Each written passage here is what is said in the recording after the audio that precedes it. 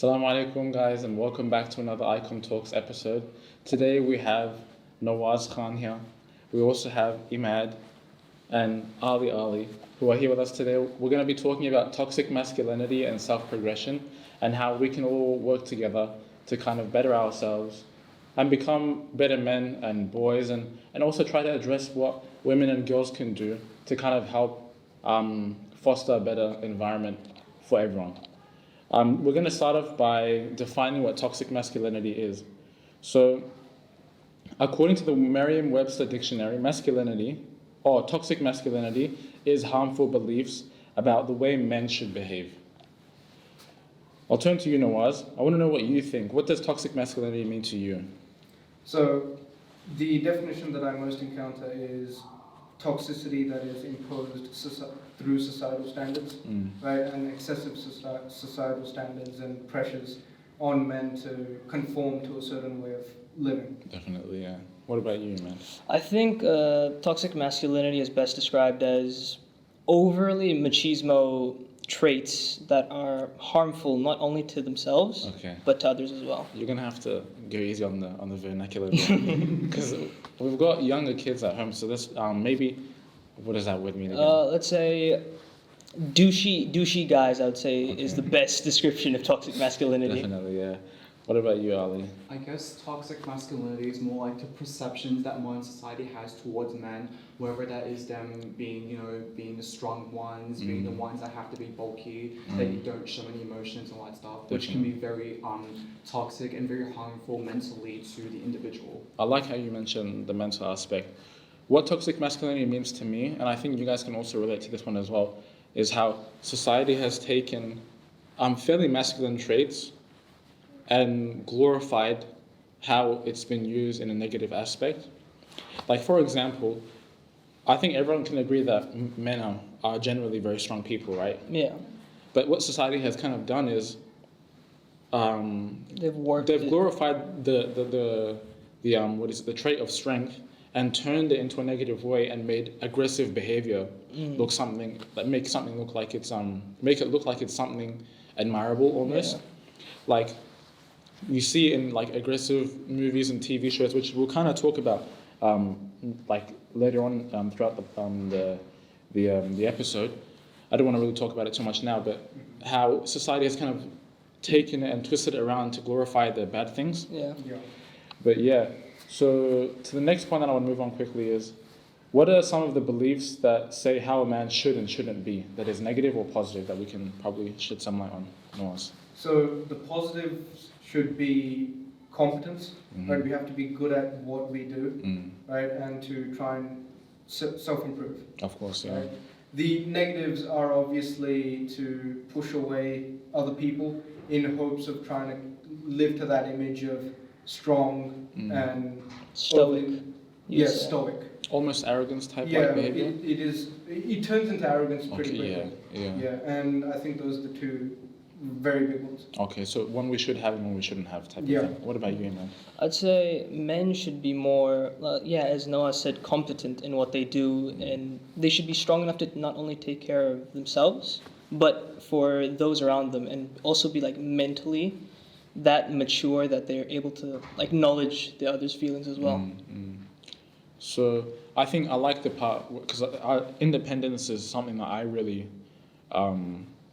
value pretty highly, especially in men, because I think Muslim men especially, we need to be independent in that our family should be dependent on us, and also the community should be able to depend on us as well.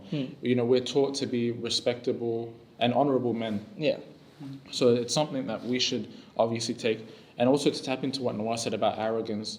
It kind of defeats the purpose if you're competent and independent, but at the same time you're arrogant. You're only bettering yourself almost. You're not really providing for the people around you and taking care of those who need to be taken care of, like younger kids and stuff. What about you, Ali? What do you think a man should have and shouldn't have?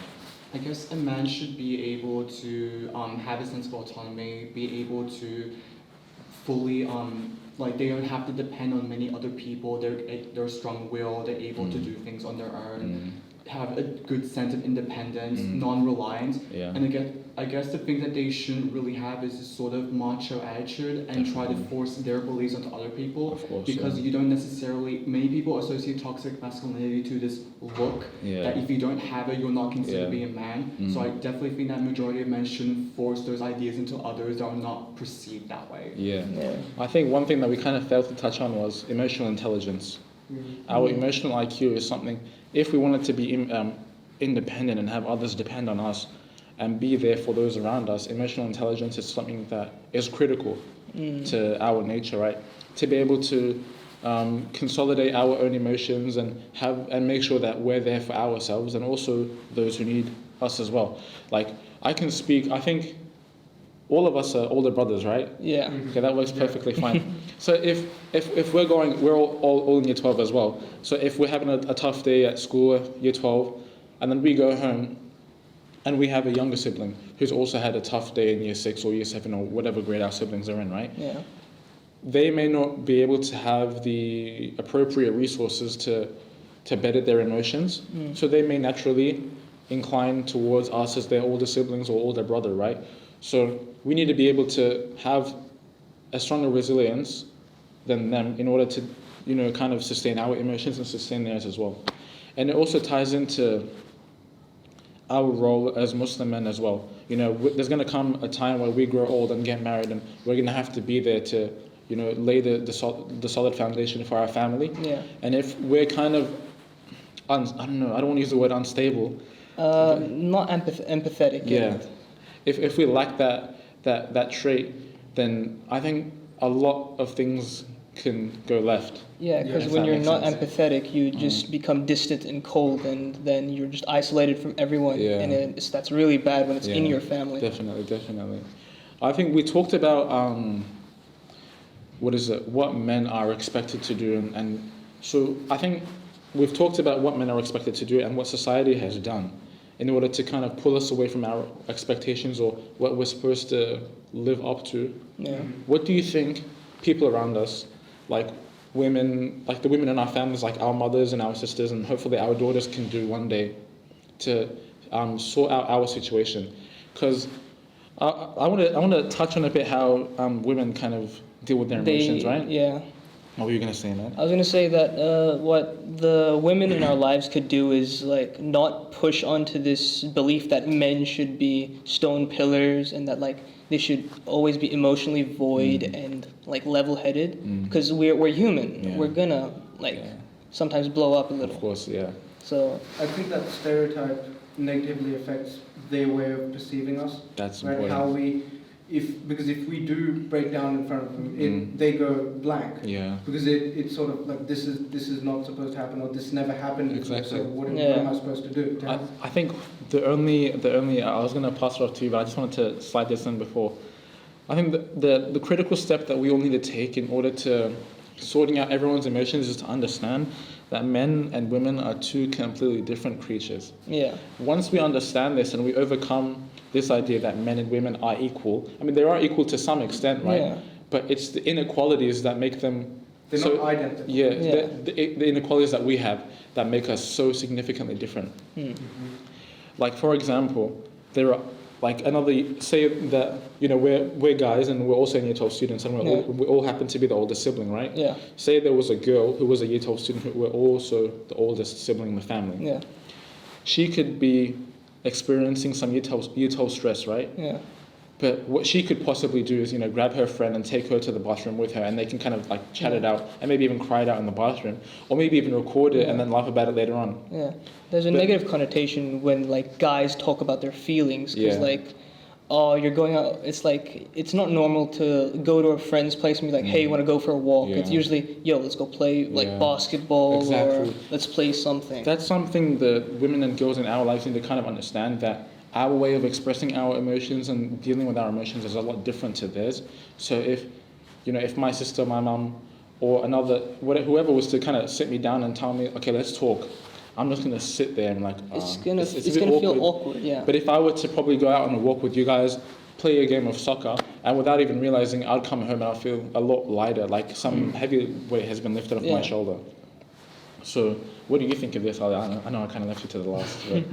I guess a lot of the ways that women, but definitely like they perceive men is definitely a lot of it stems from culture. If you compare the ways that culture perceives men and the way that the West and the modern society perceives men, definitely if you look at the West, they're more open and more supportive of mental health, whereas compared to like cultural families are based around their culture and their religion, they're mostly very conservative in the way they believe men should be. Of course. Like they always believe that men are supposed to be the ones that get married at the age of 20. They're the ones that have to make all the money. They have to be very strong. Okay. They always think those sort of things, and it definitely doesn't help with their mental health. Oh, sorry about the delay. We kind of had to stop it for a second to wait for the Adhan and the Nasheed to continue. But we'll kind of switch it up a little bit and move on to media and how media has an influence on us. So, Nawaz, what do you think? How do you think social media being like Instagram, TikTok, Facebook, Twitter, Snapchat, how do you think all these social media platforms have an influence on toxic masculinity, men's mental health, and the way men are perceived for the world to see? Right. So with social media, right, it's very popular with teens. And what social media is pretty much people sending out photos and messages of the best times of their life, right? And so what we see of others is pretty much the best moments, and we see that constantly. So we get a feeling of, oh, everyone is so happy, and everyone out there is so happy, and we don't know that. And then also with that, it creates a divide, right? Because that connection we have online with each other isn't as authentic compared to face to face. So we're deprived of that connection, and that sort of isolates people. Yeah. So how would you say that maybe the portrayal of certain alpha males on social media influences the way teenagers like us, or even younger teenagers, how do you think that influences their way of thinking of how a man should be, and what they kind of set this preconceived standard of what a man should be and kind of shoot up to attain that goal when really that goal isn't like ideal? How do you think that plays a role? Yeah, so with that, there's these, photos of all the people in the gym and all the people working out and them showing their results and all that, and there's nothing really wrong with that. But the thing is, when we have also movie stars and all that posting their progress for a role, what we don't see is the work behind it, as well as some of them may take steroids and unhealthy ways of increasing muscle and all that, and we think that that's completely natural, right? So we're fed incorrect information or inaccurate information, and that sort of warps our understanding of, all right, so that's attainable and I need to be that because that's what I see and that's what people like and all that. Yeah. Well, I think we had this conversation earlier, Imaad, about the whole natty culture. He's natty, or is he not natty? Yeah, because the entire... Wait, first of all, I think we need to explain to everyone what does natty mean. So natty is when you're fully natural. All your physical gains and everything are natural. There's no steroids. There's no extra stuff. And then there's not natty when you've used steroids and everything. And that's unfortunately most influencers and stuff that we see.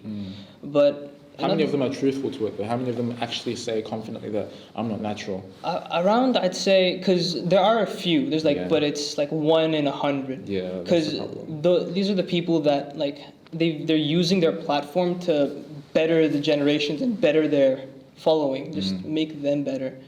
So I'd say the entire conception of being absolutely shredded, there's zero body fat and everything that's attainable throughout the year, that's unhealthy. Yeah, definitely, 100%. What is your take? I kind of want to switch it up from the gym culture, right? What is your take on the violence that happens through media, more specifically through violent and aggressive music videos, and how do you think that has an influence on today's youth, more specifically this generation? Our generation, how do you think that has an influence on the way we think? I guess if you think about it, social media is more of a mess, and one of the things that you have to think about is more of the algorithm, what people are pretty much forced to see every time. And a lot of these graphic videos are very much presented in a way to younger teenagers, people around our age, to think that most of it is considered cool. Yeah. And when you see people conforming to these sorts of things through, you know, social media videos, maybe TikTok videos and all that stuff, people usually think that, yeah, this is okay, this seems cool, even though we're sort of promoting this sort of violent culture that doesn't bring any benefit to anyone whatsoever. Yeah, and I think there's so many things that are happening that we don't really realize because it's all that we're being fed to. And I think like the greatest analogy that I can give right now that really like is mind-blowing is that there's a YouTube channel, maybe everyone at home has come across them. They get people from remote villages. I think it's they get them from India if I'm not mistaken. Maybe you guys might have seen this. Yeah. And then they give them things that they wouldn't really be given in their rural areas. And there was this one episode where they had given these rural village men from certain parts of India spicy Korean noodles and chopsticks, right? Yeah. And none of them had any idea of how to use a chopstick or even what noodles were. Some of them thought it was a pencil. Some of them thought it was drumsticks, right? That got me really thinking, right? Imagine we lived in a world where we weren't fed all of these lies and false information about how men should behave. Yeah. And once upon a time, or one day came where we saw a guy who was like acting very aggressive or violent, or the typical male that is presented on social media. If we were to see this man, then we would think, okay, this guy is strange. Yeah. Like, this is not normal. Why are you going around, you know? Flaunting your wealth, Yeah, exactly. flaunting everything you have, and Yeah. like belittling everyone that doesn't have what you have. Exactly. So I think that comes down to, it obviously has an influence on who we see and what we see. So that had me thinking, right? So I kind of tried to minimize what I expose myself to. Yeah. And that kind of means minimizing the amount of times I spend on social media and what I watch on TV and movies and stuff. And when I find that I minimize that, and I think I really encourage everyone to do this, right? You minimize the amount of, because when we had that lecture with Mufti Osama, Yeah. he was telling us that the eyes and the ears are the gateway to the heart, Yeah. right? So if you're feeding your eyes and your ears, eyes watching movies and TV shows and YouTube videos, and your ears when you're listening to music, that is harmful harmful to your heart, right? And us as men or guys, stuff that will present us with a false image of toxic masculinity, then we ourselves, without even realizing, will become a toxic male. I mean, the media isn't portraying it as toxic masculinity. Yeah, it's just showing it's like, this is the ideal. A man, yeah. You're supposed to treat people like objects. Yeah. You should belittle everyone that is below you. Yeah, that's unfortunately the society that we live in. But I want to kind of turn the situation from problems to solution, right? Yeah. So once we've cut out all the toxic stuff that our eyes and our ears are being exposed to, what do you guys think are some beneficial solutions that we should be exposing our eyes and our ears to with hopes of cleansing our heart? Well, Or Imaad, you go first Yeah. since we started. Well, first and foremost, the Quran, because that's the word of Allah. That's literally how all Muslims, if we want to be successful in the here and hereafter, we should be following that. Okay, And then it's the Prophet's Sunnah as of well. course, definitely. What about you, Nawaz? I think we have to listen to each other and take into consideration everyone's point of view. Yeah. Because if we do that, we get a broader understanding and not narrow down onto this one image of what should happen or Yeah. how the world should be. Well, I wasn't expecting that, to be honest. What about you, Ali? I guess like the way that a man or any person behaves in terms of their personality is derived from the people that they're surrounded with. Definitely. So if we surround ourselves with people, or maybe we make our close relatives, people who are definitely more reside to culture, understand that these are the sorts of things that a man shouldn't necessarily have to be, and that it's okay to not be that sort of man that the culture perceives as right, then definitely can lead to a lot of good results in the long term. That's actually very important.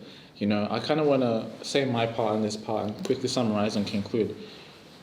You kind of touched on it as well, Imaad, where if we look into the Sunnah, the Prophet Muhammad sallallahu alaihi wasallam was the best of men, and he should only be our only role model. Yeah. Because he was a father, he was a husband, and he was a member of the community, which all of us should, we all will become one day, right? Yeah. So if we look to how he was behaving when he was a father, we should become the best of fathers, inshallah, one day. Yeah, if we look to inshallah. see how he was when he was the perfect husband, the perfect member of the community, that we will kind of. So the point is that if we cut down on The bad stuff. the toxic influences that we Yeah. have, and replace them with influential and positive influences like the Prophet Muhammad sallallahu alaihi wasallam, then we should be on a road to self-progression. This kind of ties into the self-progression aspect of the podcast. And also the Quran does play a role, and also the friends that that we should surround ourselves. I can say that I have certain friends around me that if they aren't in the room and then they walk into the room, just their presence is enough to remind me to kind of better myself. Yeah. And that kind of ties into how we can better our community, right? If we just better ourselves, we can better the people around us. This friend could walk into the room, right, and I'll just quickly check myself. Is my glasses on straight? Am I sitting? It has such a profound effect that maybe the person doesn't even realize. They could just walk in, smile, and I'm already trying not to please them or anything. It's just reminding. It's reminded by them being like a good person, presentable, and like a good man. Of course, definitely. You're reminded to be good as well. So probably I think we should all give in one takeaway message before we kind of conclude. My takeaway message would probably be to cleanse what you're exposing yourself to, and to work to better yourself in order to better the people around you. What about you, Ali? I guess around your lines as well, like definitely be able to surround yourselves and be exposed to good things, things that allow you to see yourself in a better way, Definitely. not shaping yourself in a sort of fake reality that you think is good for you, and around those lines. Nawaz. Yeah, around the same lines as well. Okay. So listen to people, right? Try and understand each other, and through that and through having that focus on self-improvement, we can benefit ourselves and as well as the community. Definitely. What about you, man? You guys covered all the bases, but it's just like the same lines. Communicate with people that are good, that have good influences on you. Take the bad people out. Well, don't like cut them off, but just remind them once in a while, like, hey, we shouldn't be like shouting swear words. We shouldn't be belittling people. We should just be good people. Yeah, I think we should leave it at that, and hopefully see you guys again another time. Thank you for tuning in, and assalamu alaikum.